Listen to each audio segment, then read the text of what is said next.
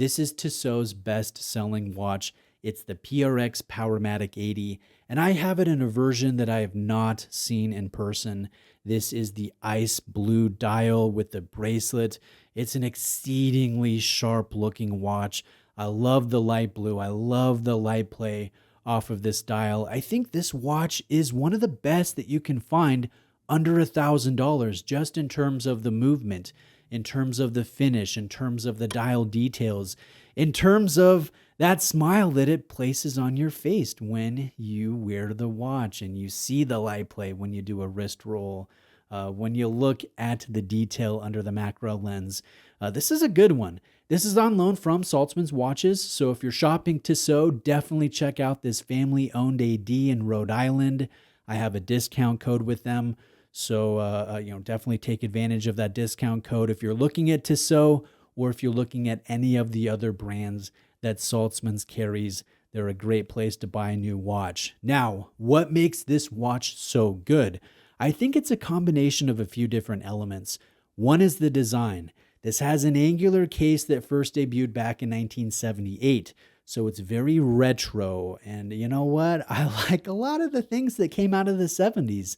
I like some of the car designs. I love some of the music. I love some of the watches that came out of that era. So I have an affinity for this case shape that really celebrates the linear form. It really reflects light, and the finishing is noticeably good. Now, this watch also has sharp and crisp detail work. The dial is a repeating raised square pattern. It has a slightly reflective circular brushed top finish, while the deeper areas are matte finished and they don't reflect light at the same degree. So as a result, the dial really is dynamic, especially if you move it around outside in natural light. It's kind of AP Royal Oak-like, and that might be a negative thing for you as a watch collector. You might find this a bit derivative, or you might find this an awesome value proposition. Why spend over 30 grand when you can get something close to $500 that does 80% of the things that the Royal Oak can do? That might be a bit of a dramatic statement to make, but I don't know. I think it's pretty spot on.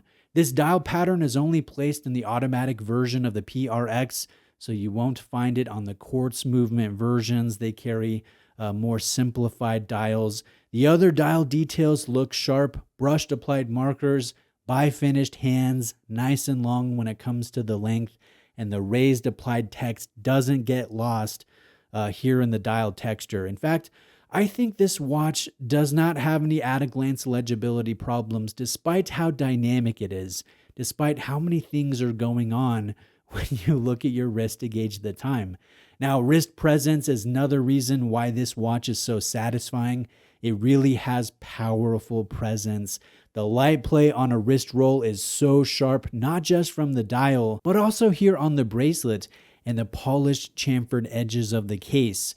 So again, this watch has such good wrist presence. The movement inside is a solid selection. It's a modified ETA C07 movement. It has 23 joules. It has a 3 hertz beat rate. It has a nivicron balance. It has 80 hours of power reserve. And I think that's a good thing, especially if you have multiple watches in your rotation and you don't use a winder. It's nice to set this down with a full charge and then come back a few days later and it's still going. You don't need to reset the time. So I think that's a positive thing. I also like the fact that this has 100 meters of water resistance and it has very satisfying ARC or anti-reflective coatings on the sapphire crystal. When Tissot first debuted the PRX, it was met with enthusiasm, but some watch collectors lamented the fact that changing straps really wasn't an option, or it wasn't an easy option with integrated lugs. And fortunately, Tissot listened to us. They remedied that situation. This particular version has 9 different compatible OEM straps that you can buy, and all of the straps, including this metallic bracelet, have quick release spring bars, so you don't need a tool to make the change or the swap to a different feel. And I think listening to watch collectors in that aspect, that's a good thing. Now, it's not perfect. What about drawbacks? Apart from a brushed rotor, the movement is undecorated, and it's really not much to look at through this sapphire case back. I almost wish that Tissot just did a sharp engraving on a steel case back, because this just, I don't know, it just doesn't do it for me when it comes to the bare bones finish. Now, the angular design is retro, like I mentioned.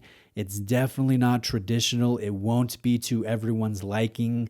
So if you don't like the linear, if you don't like the light play, if you don't like the aggressive stance on the wrist, I would definitely steer clear of this watch. Now, Tissot makes 60 different PRX models, different colors, different sizes, different materials, different movement styles, and different complications. Some collectors say it's overkill, but I definitely don't see that. I think that Tissot made an amazing watch, and so more options for us consumers is nothing but a good thing. Now, in closing, I'll just visually compare this 40mm Powermatic 80 PRX to my 40mm Christopher Ward 12. This one is a custom Utah edition that I helped design, but putting them next to each other, you can notice that the CW wears smaller. The CW has a nicer bracelet. It has a quick extension system near the clasp. It has nicer movement finishing. It has better lume. I think the applied markers look more dynamic. The Christopher Ward has a date at the 6, which I think a lot of collectors prefer to a date at the 3. And I just think all around, the Christopher Ward feels like a slightly nicer watch, a slightly more refined watch, but it's a $1,500 watch after import fees. So that's nearly 3 times the cost of the PRX, and I certainly don't think it's 3 times the watch. And I think that only strengthens the value proposition of the Tissot to see for close to $500 what you can really get in terms of dial details, in terms of movement, in terms of overall case finishing and wrist presence, the light play when you do a wrist roll. This watch with the 60 different versions you can choose from, the multiple different strap options, I think this really represents an awesome part of the market. It's probably the best watch you can buy sub $1,000. I really think it's solid. And so let me know what you think about that. Thank you for watching today. Please reach out with questions. If you're shopping Tissot, definitely take advantage of my discount code with Saltzmans. I've linked that below. I'll see you next time.